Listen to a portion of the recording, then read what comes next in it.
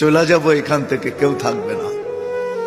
যিনি থাকার উনি যখন থাকেন না, কারো কাছে মালাকুল মউত অনুমতি নিয়ে আসে না, আসবে না।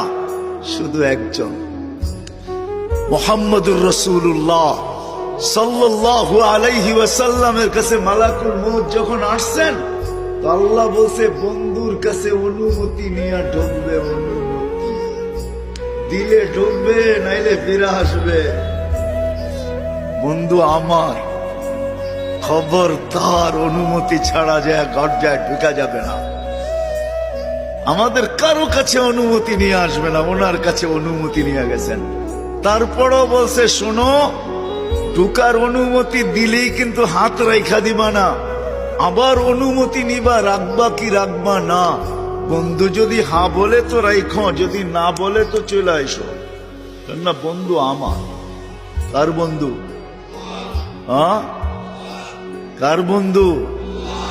হাবিবুল্লাহ।